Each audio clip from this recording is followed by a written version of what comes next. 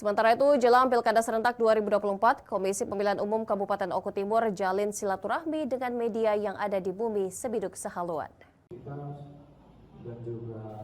Dalam rangka menyukseskan Pilkada Serentak 2024 di Kabupaten Oku Timur, Komisi Pemilihan Umum Kabupaten Oku Timur menjalin silaturahmi dan ngopi bareng bersama insan pers.